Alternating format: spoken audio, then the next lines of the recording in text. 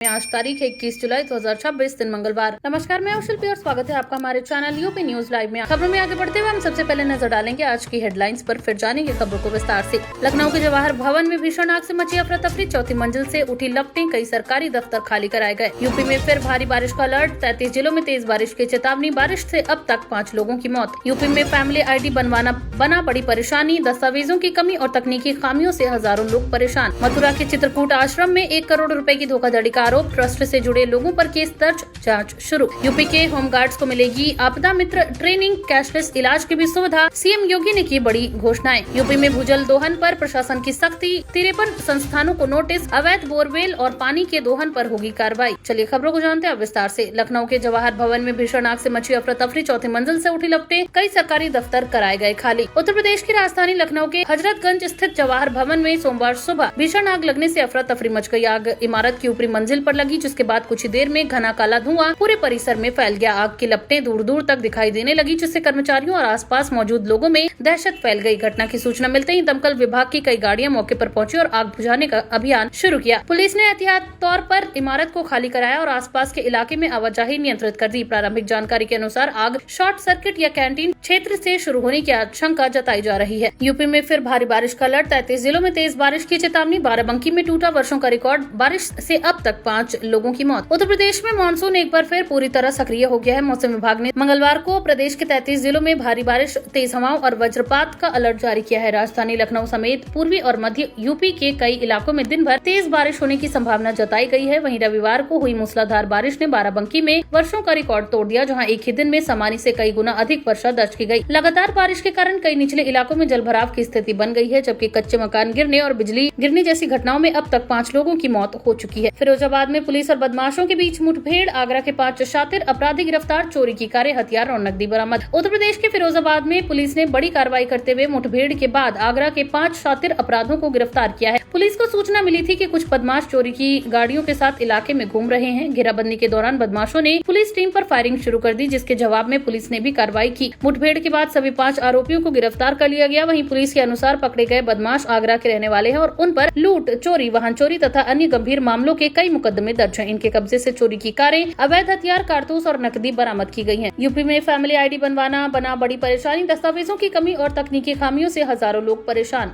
उत्तर प्रदेश सरकार की family ID योजना का उद्देश्य सभी परिवारों का एकीकृत डिजिटल रिकॉर्ड तैयार करना है, लेकिन इसे बनवाने में लोगों को कई तरह की परेशानियों का सामना करना पड़ रहा है। प्रदेश के कई जिलों में आवेदकों का कहना है कि पोर्टल पर तकनीकी दिक्कतें, दस्तावेजों का बार बार सत्यापन, आधार और राशन कार्ड की जानकारी में त्रुटियां तथा आवेदन बार बार निरस्त होने जैसी समस्याओं के कारण फैमिली ID बनवाना मुश्किल हो गया है। कई लोग दिनों से जन सेवा केंद्रों और सरकारी कार्यालयों के चक्कर काट रहे हैं, लेकिन उनकी समस्या का समाधान नहीं हो पा रहा है। फैमिली ID न बनने से कई पात्र परिवारों को सरकारी योजनाओं और सेवाओं का लाभ मिलने में भी देरी हो रही है। मथुरा के चित्रकूट आश्रम में 1 करोड़ रुपए की धोखाधड़ी का आरोप, ट्रस्ट से जुड़े लोगों पर केस दर्ज, जांच शुरू। मथुरा के चित्रकूट आश्रम से जुड़े करीब 1 करोड़ रुपए की कथित वित्तीय गड़बड़ी का मामला सामने आया है। शिकायत के आधार पर पुलिस ने ट्रस्ट से जुड़े कुछ लोगों के खिलाफ धोखाधड़ी, विश्वासघात और अन्य संबंधित धाराओं में मामला दर्ज किया है। आरोप है कि आश्रम के धन का गलत तरीके से इस्तेमाल किया गया और वित्तीय लेन देन में अनियमितताएं बरती गई, जिससे ट्रस्ट को भारी आर्थिक नुकसान हुआ है। पुलिस ने दस्तावेजों और बैंक रिकॉर्ड की जांच शुरू कर दी है। अधिकारियों का कहना है कि मामले की निष्पक्ष जांच की जाएगी और यदि आरोप सही पाए जाते हैं तो दोषियों के खिलाफ सख्त कार्रवाई होगी। फिलहाल सभी वित्तीय दस्तावेजों की जाँच कर धन के लेन देन का पूरा रिकॉर्ड खंगाला जा रहा है। श्री कृष्ण जन्मभूमि कर सेवा के आह्वान पर स्वामी सच्चिदानंद के खिलाफ कानूनी कार्रवाई, प्रशासन ने कहा कानून व्यवस्था से समझौता नहीं। मथुरा के श्री कृष्ण जन्मभूमि को लेकर कर सेवा का आह्वान करने वाले स्वामी सच्चिदानंद के खिलाफ प्रशासन ने कानूनी कार्रवाई शुरू कर दी है। अधिकारियों का कहना है कि बिना अनुमति इस तरह की सार्वजनिक अपील से कानून व्यवस्था प्रभावित होने की आशंका थी। मामले को गंभीरता से लेते हुए संबंधित धाराओं में कार्रवाई की गई है और पूरे घटनाक्रम की जांच जारी है। प्रशासन ने स्पष्ट किया है कि किसी भी व्यक्ति या संगठन को कानून अपने हाथ में लेने की अनुमति नहीं दी जाएगी। सुरक्षा व्यवस्था भी बढ़ा दी गई है और संवेदनशील क्षेत्रों में पुलिस बल तैनात किया गया है। अधिकारियों ने लोगों से शांति बनाए रखने और किसी भी अफवाह पर ध्यान न देने की अपील की है। जनता दर्शन में मुख्यमंत्री योगी ने सुनी लोगों की समस्याएं, बोले किसी को परेशान होने की जरूरत नहीं, हर शिकायत का होगा समाधान। लखनऊ में आयोजित जनता दर्शन कार्यक्रम में मुख्यमंत्री योगी आदित्यनाथ ने प्रदेश के विभिन्न जिलों से पहुंचे लोगों की समस्याएं सुनी।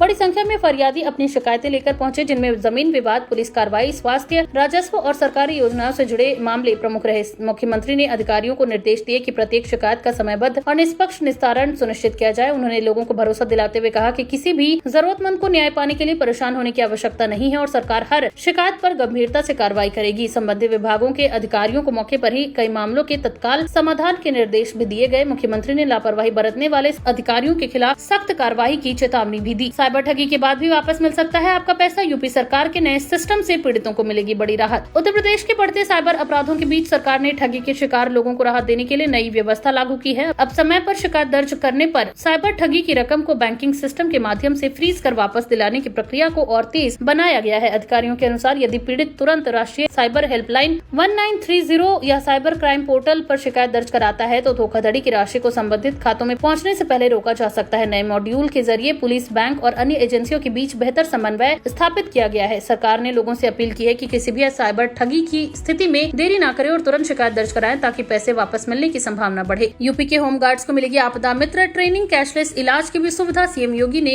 की कई बड़ी घोषणाएं। उत्तर प्रदेश सरकार ने होमगार्ड जवानों के लिए कई महत्वपूर्ण फैसले लिए हैं। मुख्यमंत्री योगी आदित्यनाथ ने घोषणा की है कि अब प्रदेश के होमगार्ड्स को आपदा मित्र के रूप में विशेष प्रशिक्षण दिया जाएगा ताकि बाढ़, भूकंप, आग और अन्य प्राकृतिक आपदाओं के दौरान वे राहत एवं बचाव कार्यों में प्रभावी भूमिका निभा सके। इसके साथ ही होमगार्ड जवानों को कैशलेस चिकित्सा सुविधा भी उपलब्ध कराई जाएगी जिससे जरूरत पड़ने पर बिना आर्थिक परेशानी के इलाज कराया जा सके। मुख्यमंत्री ने कहा कि होमगार्ड कानून व्यवस्था बनाए रखने के साथ साथ आपदा प्रबंधनों में भी भूमिका निभाते हैं, इसलिए उनके प्रशिक्षण और कल्याण पर विशेष ध्यान दिया जा रहा है। श्री कृष्ण जन्मस्थान मंदिर में चढ़ावे की गिनती अब होगी पूरी तरह कैमरों की निगरानी में पारदर्शिता बढ़ाने के लिए नया सिस्टम लागू। मथुरा स्थित श्री कृष्ण जन्मस्थान मंदिर में श्रद्धालुओं द्वारा चढ़ाए जाने वाले दान की गिनती अब पूरी तरह वीडियो रिकॉर्डिंग और सीसीटीवी निगरानी में की जाएगी। मंदिर प्रबंधन ने चढ़ावे की प्रक्रिया को अधिक पारदर्शी और सुरक्षित बनाने के लिए नई व्यवस्था लागू करने का निर्णय लिया है। दान पात्र खोलने से लेकर नकदी की गिनती और रिकॉर्ड तैयार करने तक हर प्रक्रिया की वीडियो रिकॉर्डिंग होगी। इसके अलावा गिनती के दौरान अधिकृत समिति के सदस्य और संबंधित अधिकारी भी मौजूद रहेंगे। मंदिर प्रशासन का कहना है कि इस व्यवस्था से श्रद्धालुओं का विश्वास और मजबूत होगा तथा चढ़ावे के प्रबंधन में पूरी पारदर्शिता बनी रहेगी। नई प्रणाली जल्द ही नियमित रूप से लागू कर दी जाएगी। यूपी के किसानों के लिए सुनहरा मौका, सब्सिडी पर कृषि यंत्र बुक करने के लिए मिला सिर्फ एक दिन का समय। उत्तर प्रदेश सरकार ने किसानों को कृषि यंत्रों पर सब्सिडी का लाभ देने के लिए ऑनलाइन बुकिंग प्रक्रिया शुरू कर दी है। कृषि विभाग के अनुसार पात्र किसान निर्धारित पोर्टल पर केवल एक दिन के भीतर आवेदन कर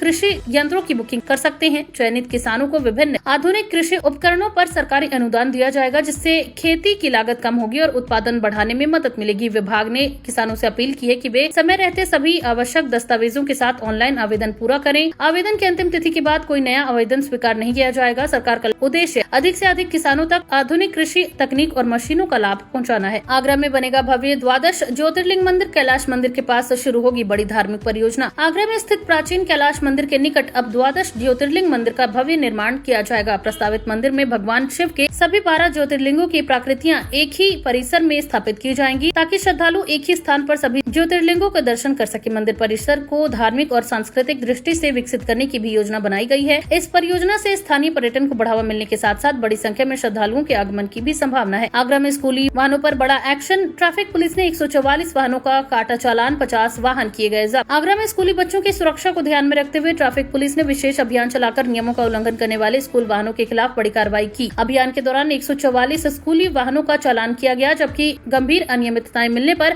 50 वाहनों को जब्त कर लिया गया। जांच के दौरान कई वाहनों में फिटनेस प्रमाण पत्र, परमिट, फर्स्ट एड बॉक्स, अग्निशमन यंत्र, स्पीड गवर्नर और अन्य आवश्यक सुरक्षा मानकों की कमी पाई गई। अधिकारियों ने स्पष्ट किया कि बच्चों की सुरक्षा से किसी भी प्रकार का समझौता नहीं किया जाएगा। स्कूल संचालकों और वाहन मालिकों को सभी नियमों का पालन करने की चेतावनी दी गई है। यूपी में भूजल दोहन पर प्रशासन की सख्ती। 53 संस्थानों को नोटिस। अवैध बोरवेल और पानी के दोहन पर होगी कार्रवाई। यूपी के आगरा में लगातार गिरते भूजल स्तर को देखते हुए जिला प्रशासन ने अवैध भूजल दोहन के खिलाफ बड़ा अभियान शुरू किया है। जांच के दौरान नियमों का उल्लंघन कर भूजल का दोहन करने वाले 53 संस्थानों को नोटिस जारी किए गए। इनमें कई व्यावसायिक प्रतिष्ठान, होटल, उद्योग और अन्य संस्थान शामिल है। प्रशासन ने स्पष्ट किया है कि जिन संस्थानों के पास केंद्रीय भूजल प्राधिकरण या संबंधित विभाग की अनुमति नहीं होगी उनके खिलाफ नियमानुसार कार्रवाई की जाएगी। अधिकारियों का कहना है कि भूजल संरक्षण सरकार की प्राथमिकता और जल संकट से बचने के लिए अवैध बोरवेल तथा अनियंत्रित जल दोहन पर सख्ती जारी रहेगी। यूपी में तैयार होगा नया लैंड बैंक। बंजर और गैर वन भूमि का होगा विकास। निवेश और उद्योगों को मिलेगा बड़ा बढ़ावा। उत्तर प्रदेश सरकार प्रदेश में निवेश और औद्योगिक विकास को गति देने के लिए नया लैंड बैंक तैयार कर रही है। इसके तहत बंजर, अनुपयोगी और गैर वन क्षेत्रों की पहचान कर उनका विस्तृत रिकॉर्ड तैयार किया जाएगा। सरकार का उद्देश्य ऐसी जमीनों को व्यवस्थित रूप से विकसित कर औद्योगिक परियोजनाओं, बुनियादी ढांचे और अन्य विकास कार्यों के लिए उपलब्ध कराना है। अधिकारियों के अनुसार इस प्रक्रिया में पर्यावरणीय नियमों का पूरा पालन किया जाएगा और वन क्षेत्रों को किसी प्रकार का नुकसान नहीं पहुंचाया जाएगा। लैंड बैंक तैयार होने से निवेशकों को जमीन उपलब्ध कराने की प्रक्रिया तेज होगी, रोजगार के नए अवसर पैदा होंगे और प्रदेश में औद्योगिक विकास को नई गति मिलने की उम्मीद है। यूपी में नकली दवाइयों के बड़े नेटवर्क का भांडाफोड़, राजस्थान और उत्तराखंड से हो रही थी सप्लाई, कई जिलों तक फैला था कारोबार। उत्तर प्रदेश में नकली दवाइयों के एक बड़े गिरोह का पर्दाफाश हुआ है। जांच एजेंसियों के अनुसार ये नेटवर्क राजस्थान और उत्तराखंड से नकली दवाइयों की खेप मंगाकर प्रदेश के विभिन्न जिलों में सप्लाई कर रहा था।